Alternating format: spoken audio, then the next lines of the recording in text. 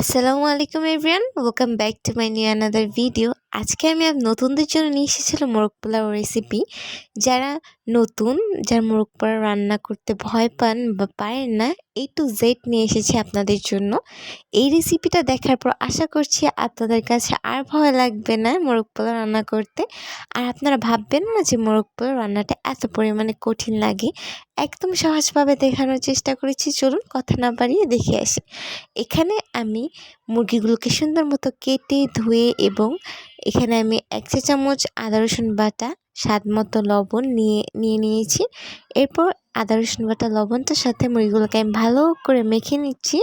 এটা ভাজার জন্য আপনারা এভাবে সুন্দর মতো মেখে নেবেন। পরে একটা ফ্রাই প্যানে আমি পরিমাণ মতো তেল দিয়ে নিব এই মুরগিগুলোকে হালকা ভাজা দেওয়ার জন্য। একদম কড়কড়া ভাজা কিন্তু করবেন না। এই যে আমি ফার্স্টে লেগ পিসগুলোকে দিয়ে দিচ্ছি ফ্রাই করার জন্য। এখানে যে প্রথমে লেগ পিসগুলি ফ্রাই করে নিতে হবে তেমন কিন্তু না, আপনারা আপনাদের মন মতো যে কোনো পিস মানে মুরগি যেভাবে ফ্রাই করে সেভাবেই ফ্রাই করে নেবেন। বাট মুরগিটা যেমন আমরা একবারে মুচমুচে ফ্রাই করি, বাট এগুলো আমরা ওরকমভাবে ভাজবো না, একদম মুচমুচে করব না, জাস্ট ভাজা দিব। একটু হালকা হালকা ব্রাউন ব্রাউন টাইপের বা হালকা হালকা একটু পরিমাণে সিদ্ধ হয়ে গেলেই এটাকে আমরা কিন্তু উঠিয়ে নেব। দেখেন এক পিঠ হয়ে গেছে, আমি কিন্তু আরেক পিঠ উল্টিয়ে দিচ্ছি।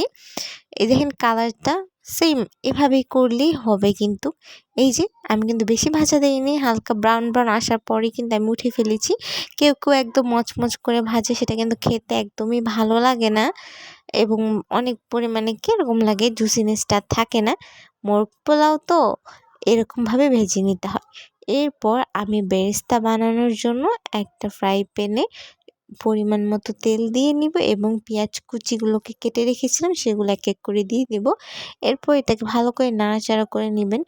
দেখবেন চুলা আঁচটা যেন মিডিয়ামে থাকে। অনেকে কিন্তু বেরেস্তা করতে আপনারা পারেন না, পুড়িয়ে ফেলেন।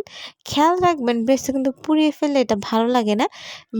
বেরেস্তাটা কিন্তু একদম আসল কালারটা যেটা থাকে সেটাই কিন্তু ভালো লাগে, দাঁতে কামড়ে পড়লে ভালো লাগে। পুড়িয়ে ফেললে কামড় পড়লে কিন্তু পোড়া পোড়া গন্ধ লাগে, এটা ভালো লাগে না, তেমন মজা লাগে না। এই দেখেন আমার বেরেস্তা কমপ্লিট হয়ে গেছে, আমি উঠিয়ে রেখেছি। দেখেন আমার বেরেস্তাগুলো কিন্তু পুড়েও নেই, কোনো কিছু হয় না, একদম মচমচে। এটা কিন্তু আরও মচমচে হবে আস্তে আস্তে। পরে আমি বেরেস্তার তেলগুলো একটা কড়াইতে রোস্টে যে ওখানে বানাবো সেখানে আমি দিয়ে দিচ্ছি। এরপর আমি পেঁয়াজ কুচি কেটে রেখেছিলাম সেই পেঁয়াজ কুচি এটাতে অ্যাড করে দিচ্ছি। এরপর অনবরত নাড়াচাড়া করে নেব। এই ভিডিওটা কিন্তু লং হবে, সো আপনারা কিন্তু কিছু মনে করবেন না, কারণ এখানে আমি A to Z সম্পূর্ণ রেসিপিটা দেখানোর চেষ্টা করেছি। এরপর এখানে আমি আদা রসুন বাটা অ্যাড করে দেবো 3 চা চামচ।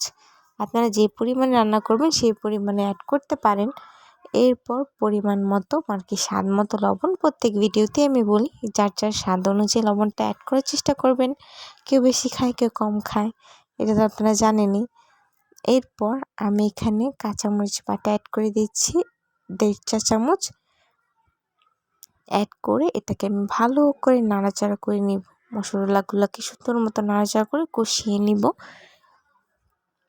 এরপর এখানে আমি রোস্টের মশলা অ্যাড করে দিচ্ছি। এখানে আমি রোস্টের মশলা অ্যাড করেছিলাম 1 চামচ এবং 1 চামচের অর্ধেক। এরপর মশলাটাকে দিয়ে আমি সুন্দর মতো মশলাটাকে কষিয়ে নেব এবং ভালো মতো নাড়াচাড়া করে নেবেন। অবশ্যই দেখতে পারবেন এই সময় কালারটা যে কী পরিমাণে জুস আসে বলার বাহিরে। এরপর এখানে আমি পানি অ্যাড করে দিচ্ছি মশলাটাকে কষানোর জন্য।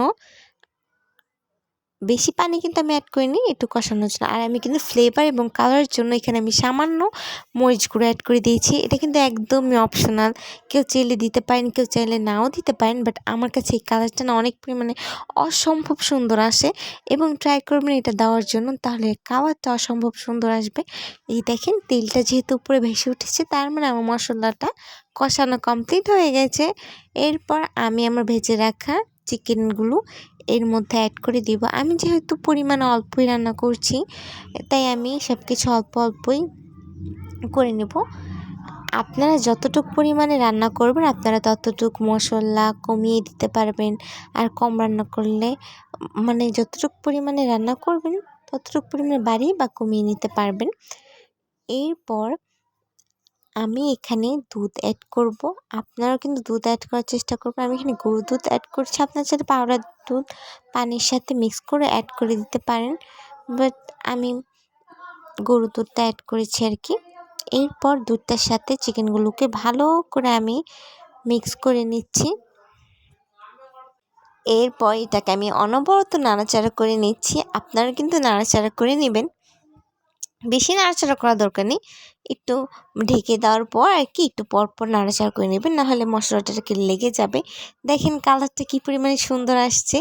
আমার রোস্ট রান্না কমপ্লিট হয়ে গেছে। ওই ছিল আমি এখন পোলাও রান্নার প্রসেসিং করব। একটা কড়াইতে আমি পোলাও রান্না করার জন্য পরিমাণ মতো তেল দিয়ে দিচ্ছি।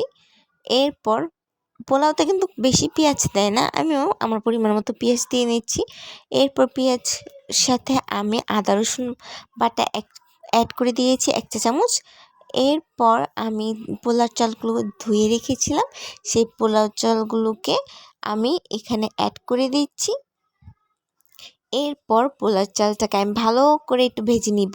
আপনারা কিন্তু অবশ্যই ভেজে নেওয়ার চেষ্টা করবেন, কারণ কি ভেজে নিলে আর কি ঝরঝরো হয়, পোলাওটা খেতে অনেক ভালো লাগে। ভেজে না নিলে একটু ক্যাতক্যাতা হয়, ভালো লাগে না, যাওয়ার মতো লাগে। একদমই আমার কাছে পার্সোনালি, আমার ফ্যামিলি অ্যান্ড আমার কাছে একদমই ভালো লাগে না, তাই আমি একটু ভেজে নিই ভালো করে, যেন একটু ঝরঝর হয়।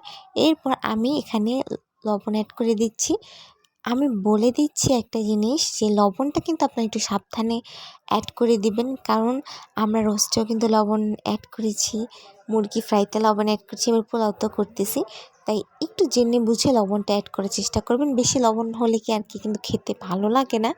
এরপর আমি গরম পানি অ্যাড করে দিচ্ছি পোলাওর মধ্যে পরিমাণ মতো। আমি আগের ভিডিওতে পোলাওর মাপগুলো দেখিয়ে দিয়েছিলাম, পোলাওগুলো মানে রান্না করার পানিটার মাপ দেখিয়ে দিয়েছি, এই ভিডিওটা দেখালাম না। লাগলে আমার ওই ভিডিওগুলো চেক করে নিতে পারেন আপনারা। এই যে আমার পোলাওটা দেখেন হয়ে গেছে। এরপর আমার চিকেন যে রোস্টটা আমি করে রেখেছিলাম সেগুলো আমি পোলাওর মধ্যে দিয়ে দিচ্ছি। পোলাওর মধ্যে দিয়ে আমি একটু মিক্স করে নিব পোলাওর সাথে চিকেন রোস্টগুলা। দেখবেন কালারটা অনেক সুন্দর আসে এবং খেতে অনেক পরিমাণেও ভালো লাগে। যে জিনিস দেখতে সুন্দর সবসময় মনে করবেন সে জিনিস খেতেও ভালো লাগে। যেটা মনে করবেন দেখতেই ভালো লাগে না, সেটা খেতে রুচি আমার একদমই আসে না। কারণ যেগুলো হলুদ ফ্যাকাশে লাগে সেসব কিন্তু ভালো লাগে না আমার কাছে খেতে। জানি না আপনাদের কাছে কেমন লাগে। আপনারা অবশ্যই সুন্দর মতো পরিবেশন করে একটু ফ্যামিলির সাথে প্রিয়জনের সাথে এটা খেতে পারেন, এবং মেহমান আসলে অবশ্যই এটা সার্ভ করবেন। আর যারা নতুন পায় না তারা কিন্তু একদমই ভয় পাবেন না, এটা শুধু আপনাদের জন্য আমি বানিয়ে দেখিয়েছি একদম সহজ এবং হাতের কাছে কিছু উপকরণ দিয়ে। আশা করছি এই ভিডিও দেখার পর আপনাদের কাছে আর মোরগ পোলাও রান্নাটা কঠিন লাগবে না, কারণ আমি একদম চেষ্টা করেছি সহজভাবে দেখানোর জন্য। সো আজকে এই পর্যন্তই। সবাই ভালো থাকবেন, সুস্থ থাকবেন, এবং ফেসবুক থেকে দেখলে একটা ফলো করে দিবেন, এবং ইউটিউব থেকে দেখলে লাইক কমেন্ট শেয়ার সাবস্ক্রাইব। এবং কেমন লেগেছে আমাকে কিন্তু অবশ্যই কমেন্ট বক্সে জানাবেন। আল্লাহ হাফেজ।